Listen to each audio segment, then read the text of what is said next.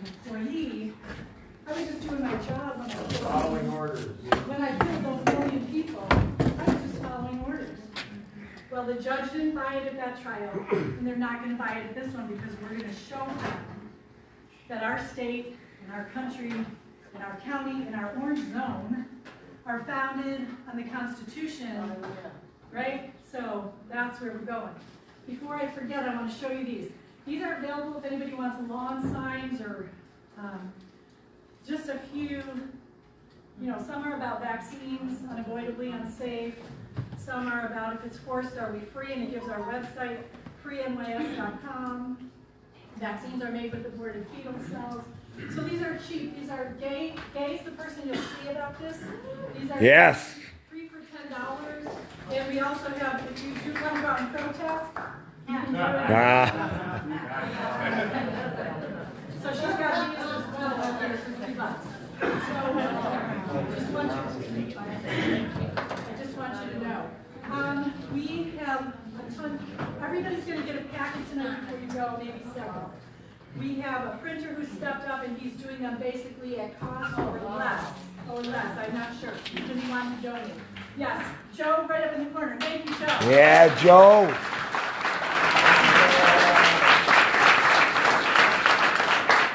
Buffalo Design and Printing. Buffalo Design Printing, yep.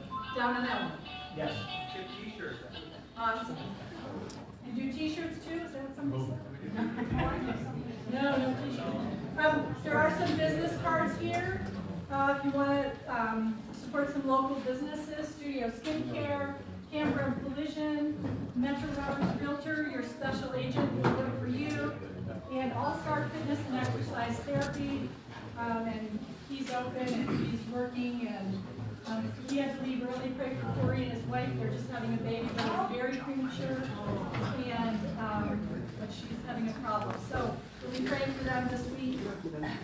Here's some more. Anybody else have cards I'm going to bring up? Cheryl and Young Moving and Cooling. Right, so there's a lot of money here, and that's here on this table. And there's room for more cards here. Okay. I'm sorry, this is a little bit on the fly. I'm trying to decide if I should hand out the packets first, but I'm afraid you'll all be looking at them. Well, we're supposed to be making it. So, what grade are we all in? Okay. Guys, this, when you see the video, we'll explain it quite thoroughly. But I just want you to know what we just. All right, everybody, if we could just hold down the side conversations, please, I'd appreciate it. Let's just get through this 90 minutes, all right? Actually, so the video's only going to be less than an hour. And I know if you have to leave in the middle, I totally get it. Things, you got to go, whatever, schedule. That's fine, just quietly.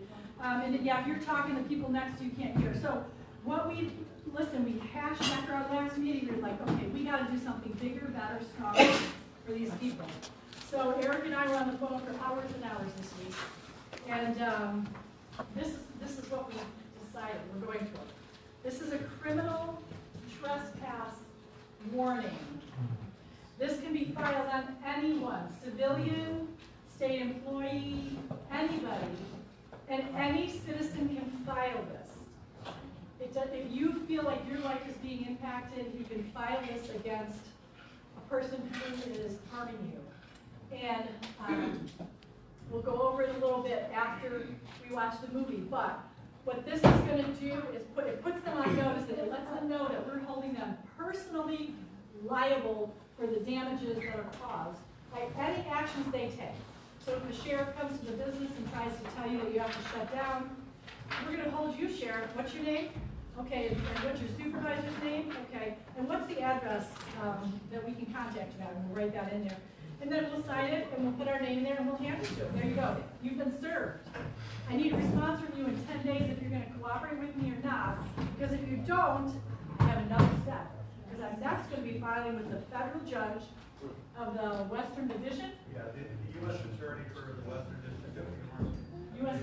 J.P. Kennedy, he'll take a criminal If complaint. you're going to talk, you got to come up to the center. I got people over here that want to know what you're going to say. So if this doesn't work, we could easily file criminal complaints, and that's really where we need to go with this. Just flood the U.S. Attorney's Office with criminal complaints. I'm pretty sure that that you can do it in your own letter. You don't have to fill out a certain template form, but double check with that. They're often changing things from 1 minute to the next. So just double check if they have an online template form for a complaint, or if you just fill it out. Which we can help you figure that out. Yeah. This is the first step to get this filed. And then if they still harass, then we go to the next step. So we have steps. This is not the end. It may just be the beginning. Yeah. But anybody who takes this to their attorney, if they have an attorney worth anything, is going to say, oh, it's a problem. The attorney's not gonna like this. Right. So we kind of go around the attorneys because they're all on the tape. They're all members of the bar. The judge is a member of the same club that they're in. Who do you think they're gonna side with? Cuomo's a bar member, the judges are all bar members, the legislators are all bar members, almost all of them. DiPietro's not. So they're not friendly to freedom. Why do you think Paul Cambria filed Robbie De Niro's case in state court, knowing it would be a loser? You don't go into state court to argue constitutional violations, you gotta go federal. So that's where we're going with our complaints to the U.S. attorney, not the district attorney for the county you're in. He's on the tape too, he's a bar member. So you gotta go to the federal attorney for Western District of New York, and that's Kennedy, and file a criminal complaint with him. If it continues after this, we just keep turning up the heat as we go. Yeah. And ultimately, it's numbers like this and public civil disobedience that trumps everything else. So even if they ignore the paperwork, if there's 1,000 people out front, that makes a huge difference. So the more people you can get on this movement, the better. Not just have to be business owners, people who support local businesses as well. So get all your customers. If you have a business, get a list of all your customers, contact, email, phone, and let them know. You may have to go to court, you know, and scare this all out. And so having a lot of people at the court really helps. We were there for Pete in such an instance, and he hasn't heard back anything. It's been months. I don't think they know what to do with the paperwork.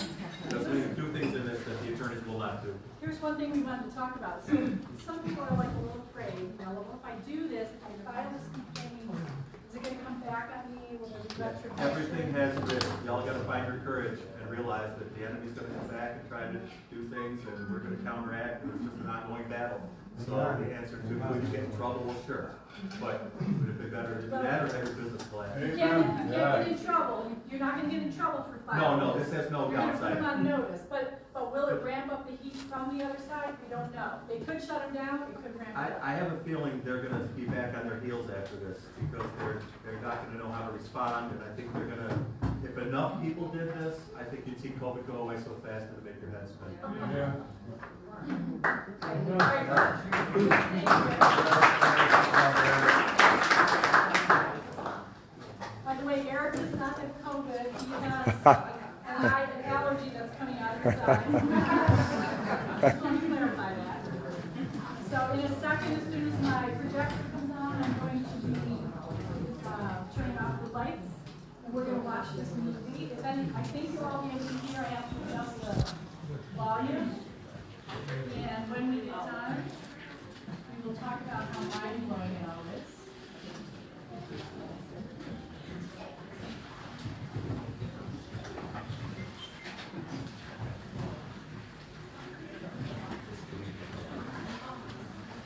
Yeah, you want to turn those lights back on? Don't touch my leg.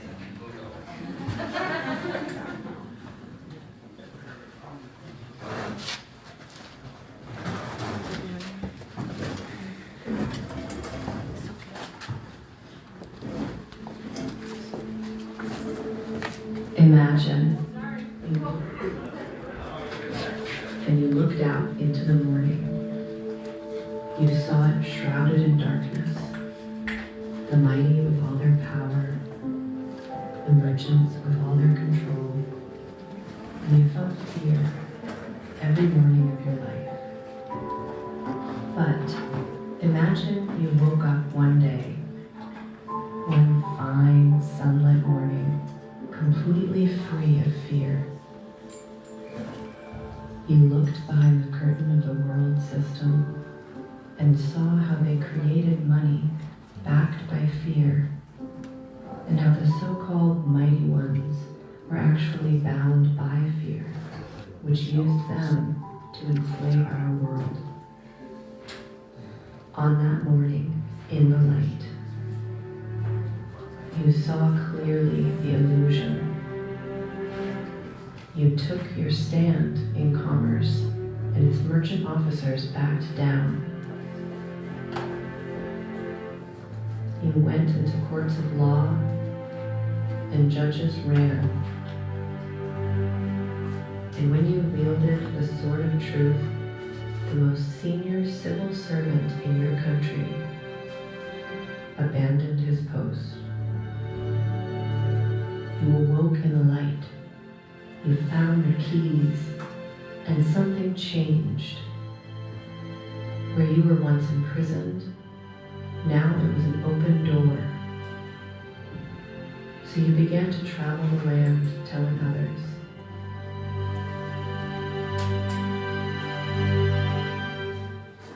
Speaking the truth of a bright, sunlit morning.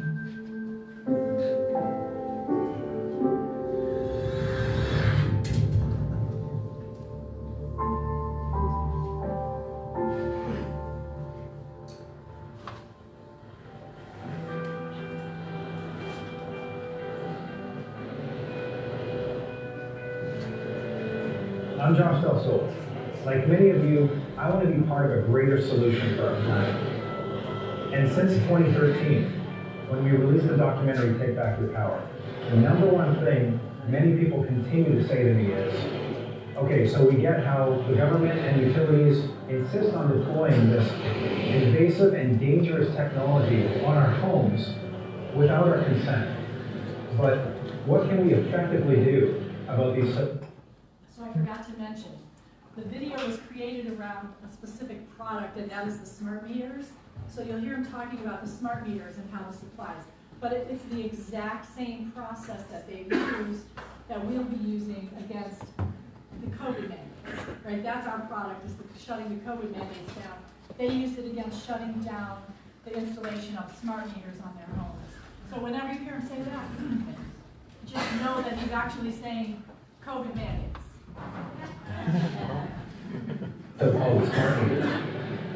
What we've come to realize is there's simply so much at stake. And there are good people within the socio-political system, but the system itself is corrupt. So what is the next step? On my journey toward a solution, I have become friends with a man who, over the past 15 years, has come up with a roadmap based on his own astonishing experiences and results. He discovered the power of liability and how we can now use it to create real change. The story you're about to see is a true story. It's a story about all of us. It's a story where we can truly be empowered. I want to introduce you to Cal Washington. Cal, you're active in this movement to help stop the corruption and hold these companies that are deploying these radiation surveillance meters accountable and liable. Why are you doing this? What values do you have, and why do you feel inspired to do this? Well, it's at the point now where if the planet keeps going, or what we're doing on the planet keeps going, we are going to self-destruct here. We can't keep going the way we're going, and something has to change. And there's those that are in control, or think they're in control, who have an agenda, and it's destroying the planet, and it's going to destroy human life and a lot of other life forms on this planet. So we have to turn around and go the other direction. And so I have to take whatever I have, my experiences and my understanding, and do something with it. And this is the opportunity that came, and I'm willing to do whatever it takes. Everyone has this sense of there's something not right, and it's something fundamental. There's like a fundamental fraud that what I thought was true, and finding out it's not true. And that can be traumatic for people. But we're all kind of collectively as human beings having that experience. And you can see it in the uprisings in other countries, and they're trying to keep it out of the news, etc. But there's a definite feeling of dissatisfaction here, like there's something wrong. Once you understand why it's happening, then you need to understand what to do, and that's what this is all about. So it turns out there is a way we can actually hold individuals within corporations and governments accountable for what they're doing. And this has the potential to change everything. The next 40 minutes is an overview of how this works. Although we focus on the notice of liability action for smart meters in this episode, the NOL can actually be used for other liability actions in which governments or corporations are forcing harm upon you or your family. InPower movement has now expanded to mandatory vaccinations, 5G technology, and a range of other agendas. Please go to InPowerMovement.com to find the latest liability actions available in your country. So Cal, what is this notice of liability process that you have helped to create that we are bringing out? How would you describe it in 30 seconds or less? It's basically a counter offer of a contract that is being implemented to put a device on everybody's house. They've gotten us into a tacit agreement.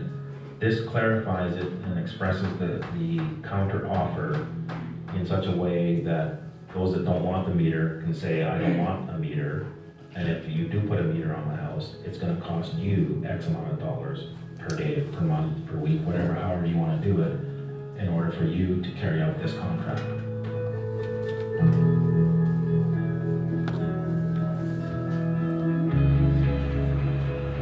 We followed Cal as he was invited to present his experience and this liability action to several groups throughout North America. So what's happened here with the smart meters is that they have given you an offer to put a different gadget on your house. You already had a contract, they're trying to change it. They do it by tacit agreement. If you don't say no, you've said yes. Everything has to be done that way. It's all contract. And once you can learn this kind of thing, you can start to operate at that level. So it's a level playing field. So now things they try to do to you, you can see it for what it is and counteract it because it's all contract. And contracts have to be negotiated. So there's always a meeting of the minds. That's what we've done with this document. We've taken commerce, which is the Babylonian system of money, and we're using their type of contracts, tacit agreement, all the tricks that they do, we are using it against them. And they'll tell you that you can't do that, and that's bunk and all that kind of stuff, but I'm telling you, I've seen enough high-level officials run from this who know a lot more than I do, and they're scared of this, so it does work. It's all about liability. So basically, this process of the notice of liability is applicable for anyone to use, whether they have an analog meter, a so-called smart meter, or anything in between. Even if they have previously given their consent for one of these radiating surveillance meters, they can do this process at any time. Yes, because as you come into knowledge, even though you agree to it, you agree to, without full disclosure, so that contract is null and void, and this is now the new contract. So in what countries is this system of commerce, this system, the way that things run? I would say every country. It's worldwide. It's a worldwide system. Commerce can be used for any issue on the planet, any country or anybody that's doing commerce, which is pretty much the whole planet. This is the system that's kind of hidden, and now you can actually use it. What this talk is about and the action we're doing is basically we're saying that all these illusions, these Wizard of Oz type things, we're saying you as a human being are now liable. You can't hide behind your position in a corporation or in a government. What I've noticed in all my dealings over the last 12 or so years is everything has to be done by contract because there's no authority. It's all commerce. Once you understand that, and you operate at that same level as them, not in ignorance where they've tried to keep you, the game changes. It's a game changer. You're now playing the proper game in the proper court. Put it this way, a game, there's a board that has a bunch of squares, some white and some black. They've got you playing checkers while they're playing chess. It looks the same. Once I got into this liability thing, I had some key public officials step down when they got their notice of default or when bills started coming. And it was always about 3 or 4 times it was on the very day they got mail. And in other cases it was about a week or maybe 2 weeks later. I'll tell you who quit on the day that he got mail. And you look this up. It was written in Maclean's and the Globe and Mail and all that stuff. Kevin Lynch. He was the clerk of the Privy Council.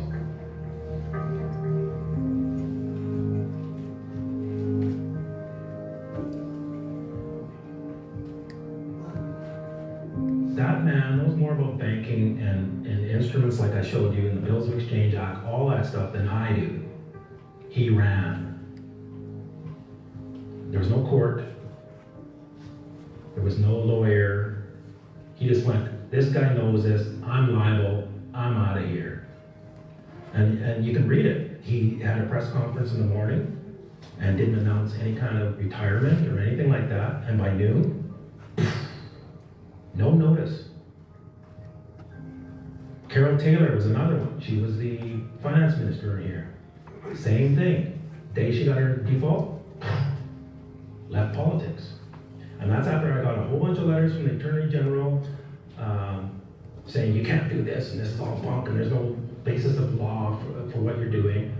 But at the end of the day, she left. At this point, you might be wondering, what do people stepping down from positions of power have to do with getting a smart meter off my house? And how can we simply stop this and other globalist agendas?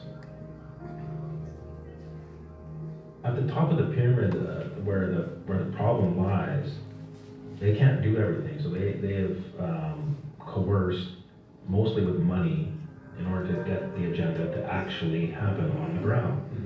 So if you start removing all those people that are just under them, it stops.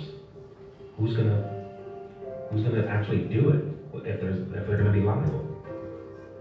Without people actually implementing their schemes, there are no schemes. Somebody has to actually fulfill this. They're motivated by money.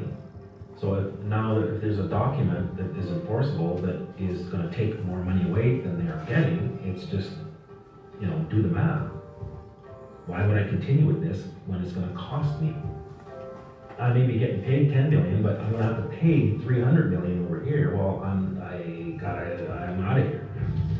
So if the liability is more than what they're going to get out of it, then it just doesn't make sense to carry on. Yeah. The whole idea is to wake the people up that are participating, saying, no, you're going to be liable if you continue this course of action, whether you understand it or not. You're going to be liable because nobody is immune to it.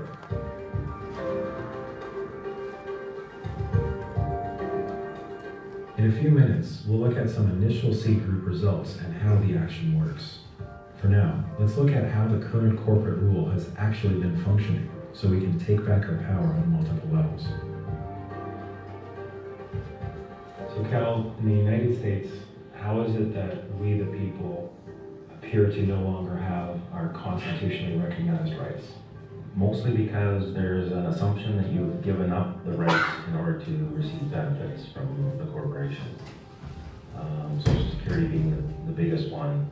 The fact that you're taking benefits from a corporation means you have to also obey all the rules, so they just start to use that as leverage in order to get their agendas through, so that we're agreeing to all of this. Most of the countries on the world are corporations. Not really countries. They're operating as countries, but it's really a business. And they're in the business, they create laws in order to make money, so that's why when you get a speeding ticket, it costs you $119. Anything you do that breaks some kind of statute, you pay. It's just a business. It's not teaching you anything, it's not making you a better human being or anything like that, it's just a way of paying. I needed to verify that countries are actually operating as corporations. It didn't take long to find that in the US Code, United States is defined as a federal corporation. And on the US Securities and Exchange Commission website, Canada is in fact listed as a company located in Washington, D.C. And we go and vote every 4 years thinking we're gonna change something. And anybody who's voted for any length of time knows very little changes. It just seems, there seems to be an agenda that always is running in the background. And it doesn't matter who you vote in, the agenda keeps going.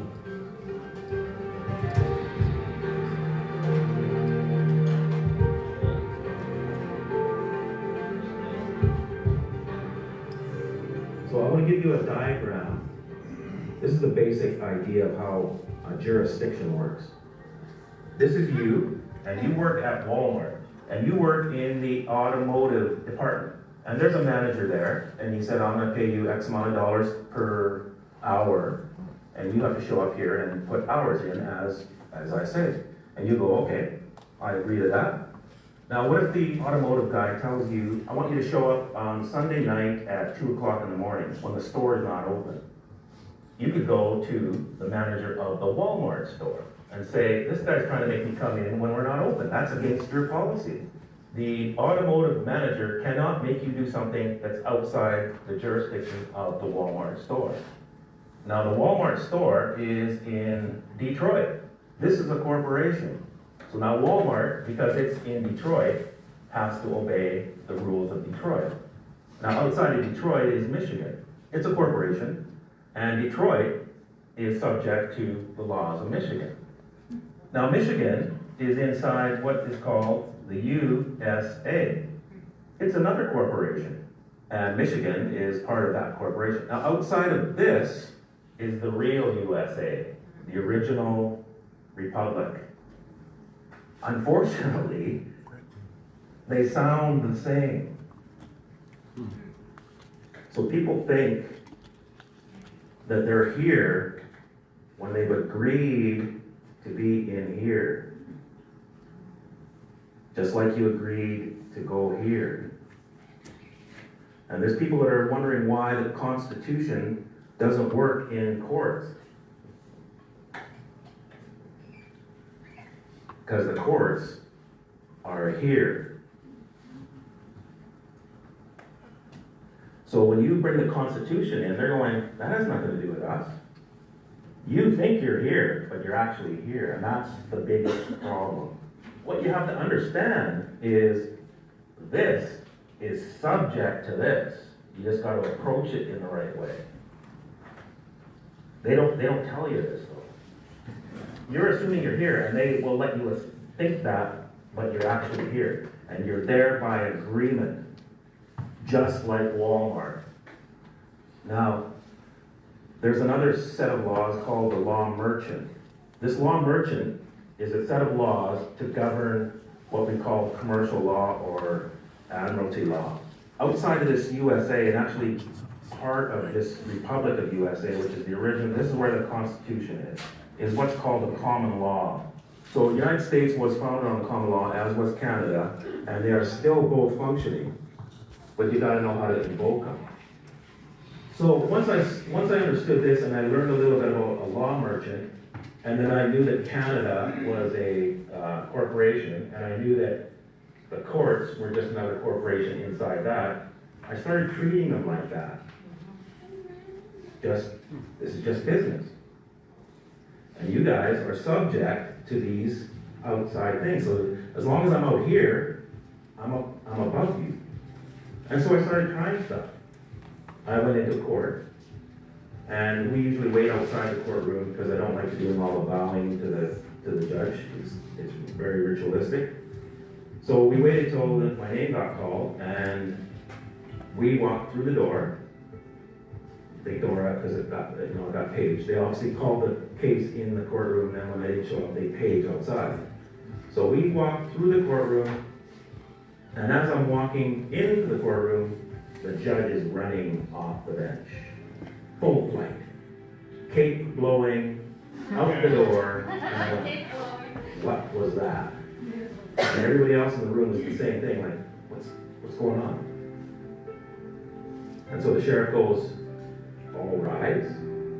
Question, I guess we're having a break. Do people have lesser rights if they're represented by a lawyer or by an attorney? Well, your rights never disappear, you waive them in order to be represented by somebody else. A judge will look at your actions. So if you come in saying, I got this right and I got that right, but you're represented by a lawyer, he's going, no, in his mind, he's just looking at you, no, you don't get it, you don't have those rights. You can say that all you want, but you've waived them. So he will assume that you don't have those rights, and he will make his judgments safely accordingly. Is that why traditional legal processes, especially in issues of magnitude such as the worldwide agenda to deploy radiating surveillance meters, is that why traditional legal processes don't seem to be successful? Exactly. Because they've taught you to go and fight down here, play this other game in courts and all that stuff, and that's what we believe is where the remedy is, and they're just looking at you, well, sorry. We have already seen in Take Back Your Power examples of how the system has singled out and wrongfully arrested a handful of those on the front lines. It's a tactic meant to inspire fear of speaking out. Let's hear about Cal's experience on the front lines a few years ago, which led to the foundation of this liability action. After the judge ran off the bench, I got arrested probably about a year later for driving without insurance. They thought, well, let's go after this guy. So they arrested me at work, and I ended up doing 60 days in jail. Throughout the 60 days, my friends put in a promissory note for my incarceration because this is just a business. My incarceration has to do with money. That's all they're interested in. So they put a promissory note in and said, can you let our guy go, right? Basically paying for my incarceration. So after my 60 days, they finally found me guilty. She gave me a $1,200 fine. She tried to impose a 5-year driving prohibition, and she gave me 1 day in jail. So I said, well, if you try and give me the 5-year driving prohibition, you're going to be causing me harm. So she dropped that right away, and the prosecutor went, like, why did you do that? Because I'm treating her like a business. I'm negotiating with her. And she knew it. So she dropped that. And then I said, on the 1 day in jail, she gave me 59 days credit. So I said, I want to talk about 59 days credit, because that seems, how do I get 59 days credit, right? So I got 1 day in jail and 59 days credit. So she said, okay. All right, this is an important point.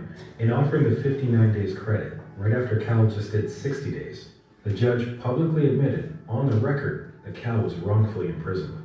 But you can't give time back, and both the judge and Cal realize this.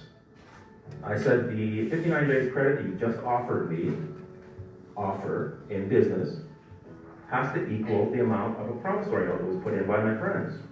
And she goes, what? I said, there was a promissory note put in by my friend. She goes, what? And everything's done in threes. And so I started to say it again, and she goes, okay.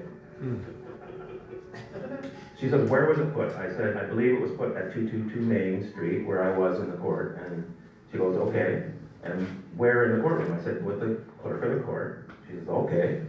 So I said, I want the 59 days credit you just offered me to equal the promissory note that was put in. And so she said, okay. And she goes, how much was the promissory note? And I said, $300 million. Exactly what happened.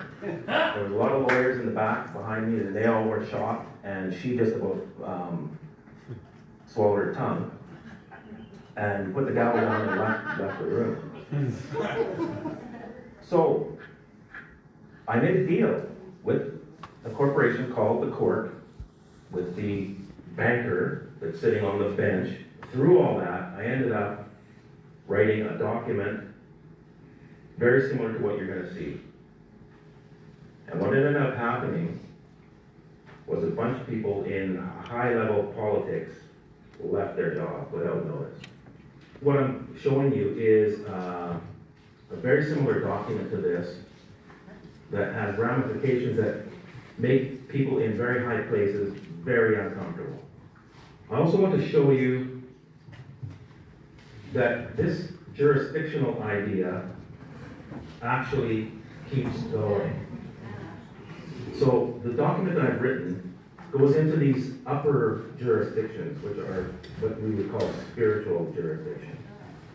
Now, they're not seen, but I can tell you, when you start to write documents to the Queen, etc., which I did, and call in her oath, you start to see them getting very squirmy. So you know something's there. And will, to the best of my ability, And will, to the best of my ability, preserve, protect, and defend preserve, protect, and defend the Constitution of the United States. the Constitution of the United States. So help me God. So help me God. So when government officials in the United States, for example, swear an oath to defend the Constitution, they do so up here. But meanwhile, they're running their corporation down here and assuming we're all down there with them, because that's where actions indicate. When we receive benefits from the state, or when we petition or appeal, or even when we vote, we are doing so down here and thus agreeing to their claim of legitimacy. So the next time the age-old question comes up, how the heck can they be getting away with this? You now have your answer.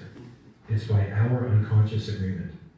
But as the system of oaths is still running up here, that tells us that the Constitution and the Republic are both still functioning. Public officials that, like the governor, they've all taken an oath of office. They've only promised to do one thing.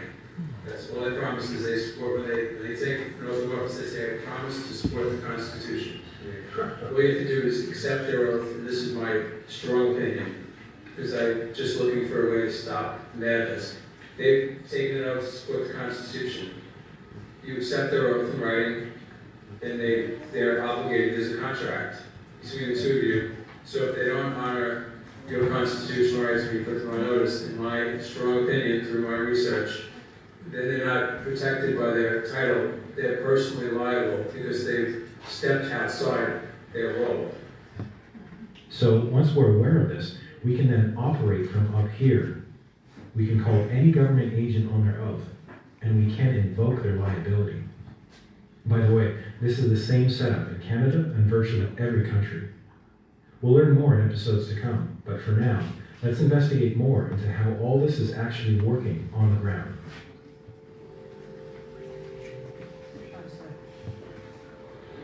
Considering that there's all these amazing results happening from Cal's experiences with the system, could it be that there's more going on than just coincidences? You look back at all the coincidences that I had, it's staggering. So even the most analytical mind would go, no, there's something going on here. So that's why I kept going forward with certain things and dropping other things, because I could see what was working. We learned a deeper commerce, which is very similar to what notice of liability is, and through that process, once I got to the default stage, that's when a few people left office. 2 ministers of finance, and possibly at least 2 others, but 2 for sure were knee-jerk. At about 8:30 in the morning, I got a call from a friend, and he goes, "You have anything to do with Kevin Baldwin? Faxed him something last night." He said, "Well, he stepped down this morning." I said, "Well, maybe a coincidence, but this is before 9 o'clock. Like, he's out of there. It's all the news." By the end of the day, I think 3 others had stepped down, and by the end of the week, 16 were not seeking re-election. So then I got the federal type people involved. I'm saying, okay, now your office, here's what your mandate is. You have to do this, and if you see a crime in progress, you have to do something about it if your position has that as part of its mandate. So that's how I implicated all the federal people. Because here's a crime in progress, you need to do something. They did. So they went into default. And that's when the Privy Council stepped down. Do you ever have any people like on judges or politicians or people like within that box encourage what you're doing? Maybe they're wanting to get out of it, but they wanted to support what you're doing? This is even in the beginning. I had some judges, because of the questions I was asking, I had one judge go, "You seem very sophisticated, keep going." And I was like, what do you mean? I didn't understand what that even meant, right? But she could see that I was asking the right questions that would get to the root of the problem. And she said, keep going. And I had police officers who would shake my hand at the end of our encounter and also say, keep going, I know what you're doing, keep going.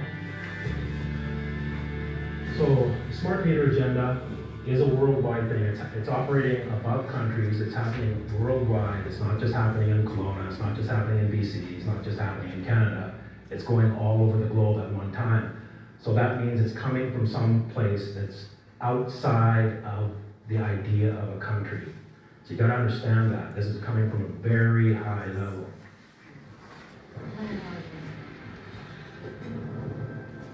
Let me tell you why you're here. You're here because you know something. So let's pause for just a moment and reflect on where you personally are in your relationship with what you're learning today. If you're feeling like this is all too much information at this time, we encourage you to take what resonates and set aside the rest for now.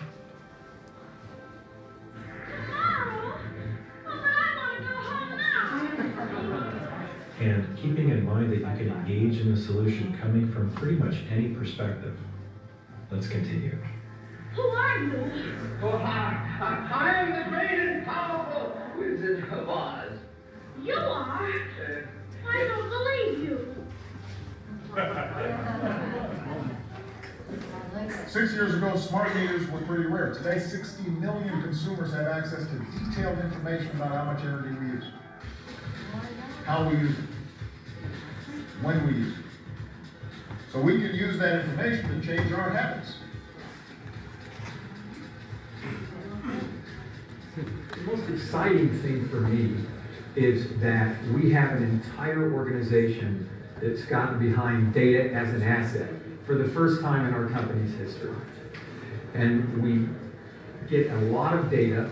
We do 221 million meter reads a day, which creates about a terabyte of data every day. We can mine that data.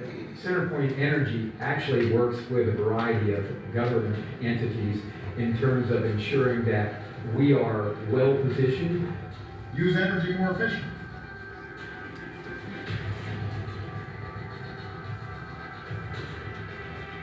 Change this fast presents new opportunities.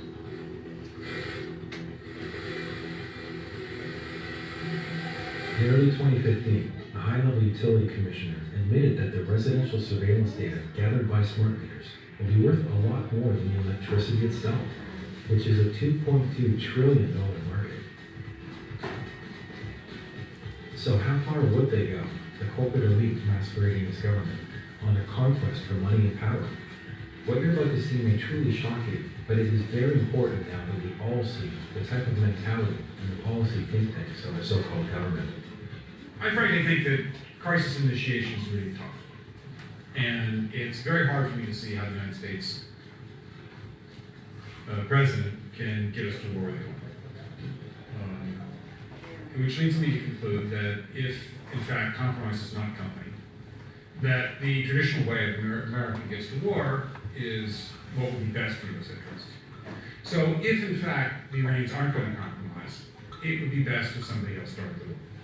We are in the game of using covert means against the Iranians. We could get nastier. I would just like to suggest that one can combine other means of pressure with sanctions. I mentioned that explosion on August 17th. We could step up the pressure. I mean, look, people, Iranian submarines periodically go down. Someday one of them might not come up. Who would know why? War is a game to the sociopathic. Human lives expendable. Rights unimportant. This disgraceful example we just saw is relevant to us because we find the same way of thinking behind all agendas bent on control and money, such as the deployment of so-called smart meters. Take away the propaganda and spin, and we see a silent war with quiet weapons, which undermine, infiltrate, and colonize. These actions, just like crisis initiation, are deplorable, anything but constitutional, and deserve justice. I call it treason. And somebody's gotta start saying this stuff, right? So you can't spy on people in their homes. It's in the Constitution. Here's the definition of treason. Adhering to their enemies, giving them aid. So if, whether they're a mayor or it doesn't matter what it is, they're helping this thing in. That's treason. But if you go in here and talk about it, they're going to ignore you. You stand out here and you talk about it, that's a whole other thing. This smart meter thing is a huge problem. There are people leaving office as we speak because the game is over. The lights are going on, the bugs are in for the corner. And what I'm showing you here is they have a huge problem here, and if you guys can catch on to this, we can make big changes. So why are some people that are made liable stepping down and others not, or not yet? Well, it comes down to those that are really vested with this situation, that are psychopathic, are probably not going to step down because they just have a way of thinking that's different than how most humans think. So there's that case. There's the case of what a lot of people do is they take this stuff to a lawyer, and the lawyer goes, "No, this is bunk. Don't worry about it." So that they take the advice of a lawyer because that's how they've been trained. There's other information out there, and there are some lawyers who understand this. So I'm trying to teach you how the game that they're playing at their level, and this is what scares them, because they have to take the liability. As Cal was customizing the liability action for the smart meter issue, 3 initial groups and 3 different regions have applied it, and the results have been interesting to say the least. A couple of years ago, I demanded that they show me a signed act, who signed it, and who's indemnifying the Clean Energy Act, and I got no response.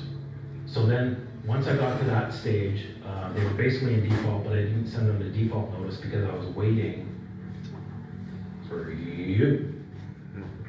And you finally showed up 2 years later where there's a group of people who are like gung-ho, ready to do this.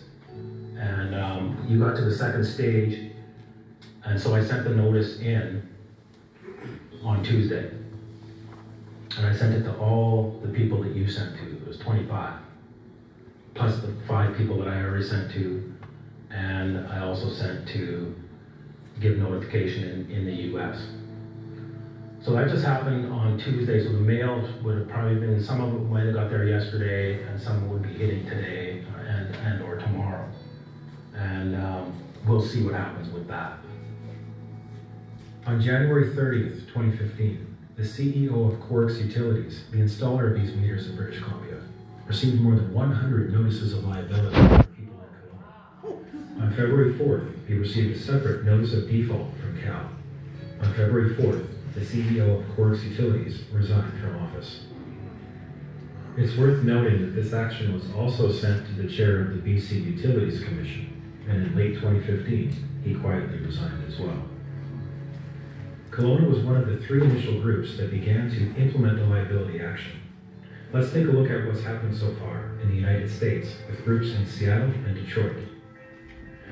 After being defaulted by just 21 people, 3 of the 9 Seattle City Council members announced they would not be seeking re-election, including one who resigned before her term was up. And on March 13th, the defaulted CEO of Seattle City Light, the 10th largest public utility in the nation, announced his resignation. In Detroit, it is all about war. The utility DTE has cut electricity to several homeowners, including the elderly as winter approaches, as part of what could only be called a campaign of terror. After being defaulted by another 21 individuals, the Michigan Attorney General began calling for a free opt-out. 4 of the 8 officers in the Michigan Public Service Commission who are being held liable are no longer listed on the Commission's website. And a city attorney in Warren, Michigan has also resigned, but not before sending a letter to one of the claimants stating that the utility has a budget of $20 million set aside for paying off state legislators. Especially at the outset, we can expect some resistance. In the Detroit C Group, 13 out of 14 who started with an analog meter have successfully kept it. The 14th was heavily propagandized and, like several others in the Kelowna C Group, eventually accepted a supposedly disabled smart meter. And in New York, a lawyer named Andrew Pedersen wrote a commercial liability process very similar to our liability action. To the governor, to the head of PSE&G, to the head of National Grid, to the head of New York Power Authority, and to the head of New York State Public Service Commission. And I sent it out and I put them on personally, accept their oath of office, and I tell them that they're violating my rights, and if they don't stop violating my rights, I'm holding them liable for $300 million each. She got a phone call the next day after the letters went out, my letter, it said certified. He said, "We're so sorry that I don't know why they were threatening you. You don't have to have a smart meter. I'm sorry, you don't know what letters on your water." So it does work. And in January 2017, a group of several dozen on Maui sent a modified version of Andrew's liability document and notice of non-consent to the president of their power company, which had been planning on blanket installations. The next thing that happened was the proposal was rejected by the PUC, and the utility company came up with a new proposal. And the new proposal contained nothing about rolling out smart meters, and it contained nothing about an opt-out. In fact, the utility pretty much completely reversed themselves and went from the blanket in the islands and you have to pay to opt out to now, if you want a smart meter, you have to opt in. You have to give explicit consent for the utility to install one. Correct. I mean, I wish that we could trust the utility, but we don't trust them. We're not just kicking back and going, hey, we won, and we can, go on vacation to Hawaii. I spoke with an anonymous insider working at a utility where the executives are being held liable. Well, I'm an employee with a major utility, and what the utility here has done is they have put together what seems to be like an actual war room filled with newspaper clippings, photos of the actual activist leaders themselves, photos of what people do to block radiation. Some seem very successful. Copies of flyers for events, copies of photos of the locks with the notices beside them, with liability actually stated on the notices. And they're taking very seriously this action by people who are fighting back. They seem to be nervous about it. They don't seem to be as confident as they portray to be around here. So here's the plan.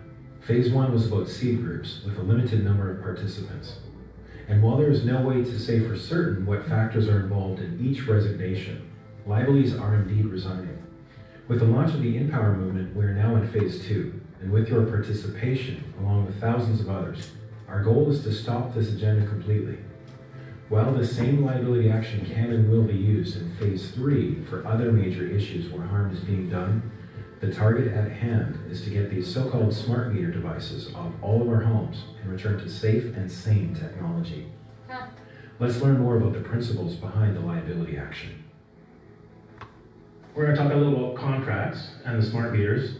And here's what has to happen in a contract. So if you sold a house or a car or bought a car, this is the procedure you go through. This is a simple contract. All these contracts can get very complex, but this is what has to be in there, those 4 things. So they put an offer out there, so they send everybody a little flyer or a card or something like that saying, we're about to do this. And then they wait for a long enough period of time to go by, and if you don't say no, then they go ahead. And then once there's an offer, then there's a meeting of the minds and negotiating of terms. So you have to give full disclosure, you can't hide stuff, otherwise it's an invalid contract. Now you had a contract with your utility, and they're trying to change it without full disclosure, because they're not telling you how bad the meters are, they're lying about it. It starts with an offer, there's a meeting of the minds, negotiating period, then there's an acceptance, and it has to be unconditional. The minute there's conditions on it, then the conditions have to be removed, right? It has to be unconditional. So when you bought your house, you said, I will buy it, but I have the condition on making sure I have the finances, or I'm on the condition that my house sells. And then the seller can agree to that or not agree to it. That's how it works. Once that's all cleared and there's an unconditional acceptance and everybody's happy, then there's the actual exchange. So that's how a contract works. So a conditional acceptance is a counteroffer, but it has conditions on it, and the conditions have to be met, otherwise the contract doesn't move forward. Consent is what they're trying to get from you for these meters, and they get it through tacit agreement. So what we're going to do is take control of that contract. Once you understand a contract, then you can get in the driver's seat of this thing, right? And there's nothing they can do that, because we're operating at a high enough jurisdiction that they can't get on top of you. If you come and put the meter on, I'm going to start charging you. Yeah, I'll take your piece, but you got to pay me $10,000 a day. That's my agreement. You put the meter on, it's going to cost you. You still want to do this contract. That's what we've done with this document. So we're going to tell them they got to remove it.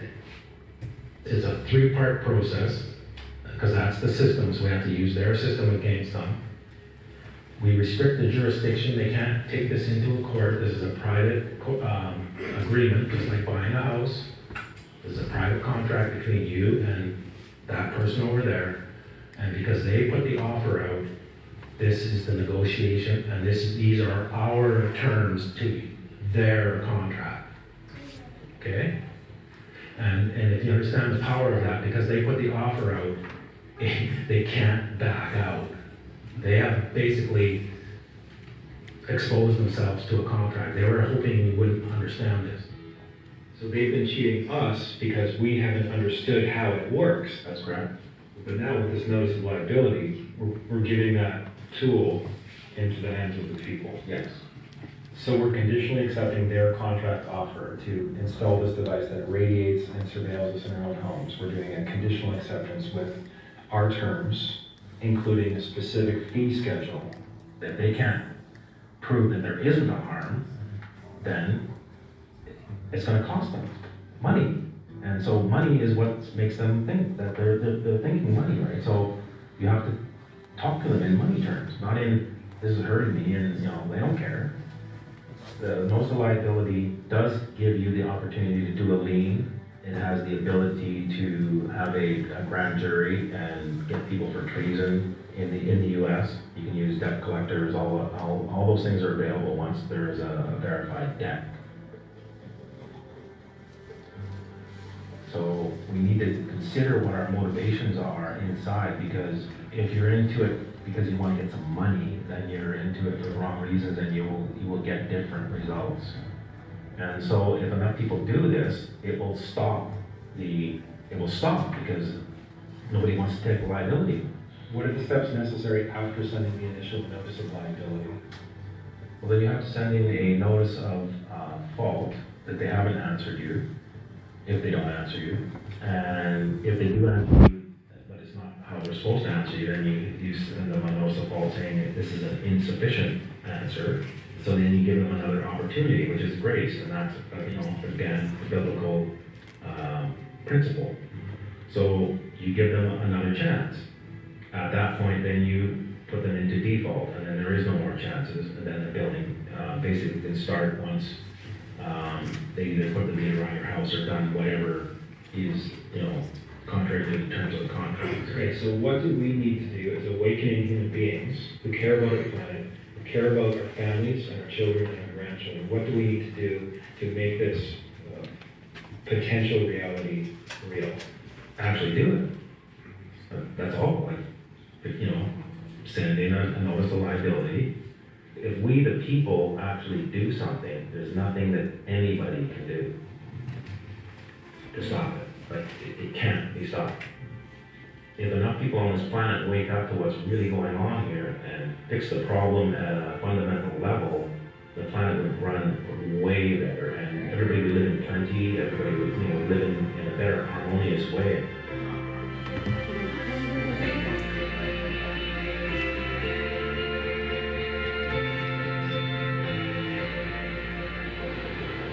we are at the beginning of that new sunlit morning, where we can see the world in a different way, where we have real hope and the ability to turn the tables. The first step to do after watching this video is to go to the website empowermovement.com and sign up for the Notice of Liability action. We will be with you and thousands of others, step by step, giving you everything you need to know that will affect change in your home, your community, and the world. We can finally affect change together. Go do that now, and we'll see you in the next episode.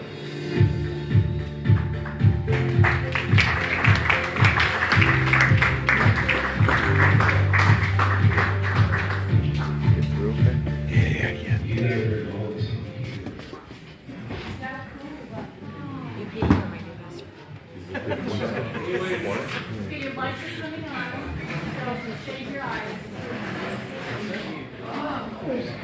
You guys ready for some action? Yeah. I've seen it before.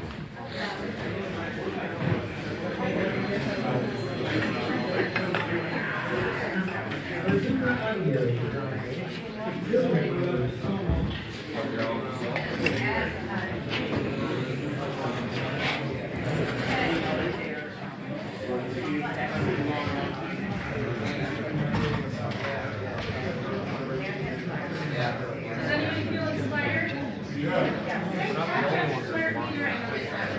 I know, I'm like, there's a smart meter.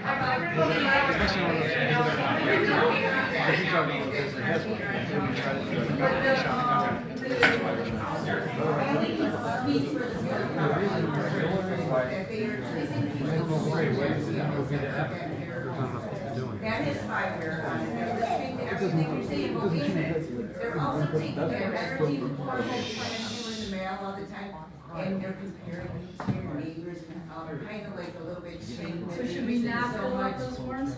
That you're using more than your neighbors and blah, blah, blah.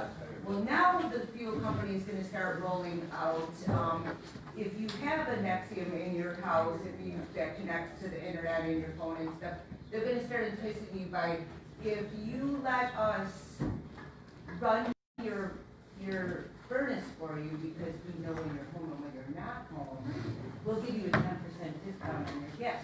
So they're trying to figure out a way to take over that part of your life to the point of it's gonna be like, sorry, you're home at the wrong time, you can't have gas, it's Right, not somebody your else house is in anymore. control, yeah. And they are listening to what you are saying, but they're enticing people because millennials and oh, I can get inside and I can, Right. or Yeah, or I can well, I can you know, turn my heat up. we all know technology's been awesome, but there comes a limit. Yeah, but they are definitely doing that. It's also in gonna be the in death of us if we don't heating stop. and air Yeah, I business. believe it. Yeah. So I'd love to talk about smart meters, but we'll have to save the world But first. just- COVID, and then we'll talk about smart meters. Thank you for sharing that, yeah.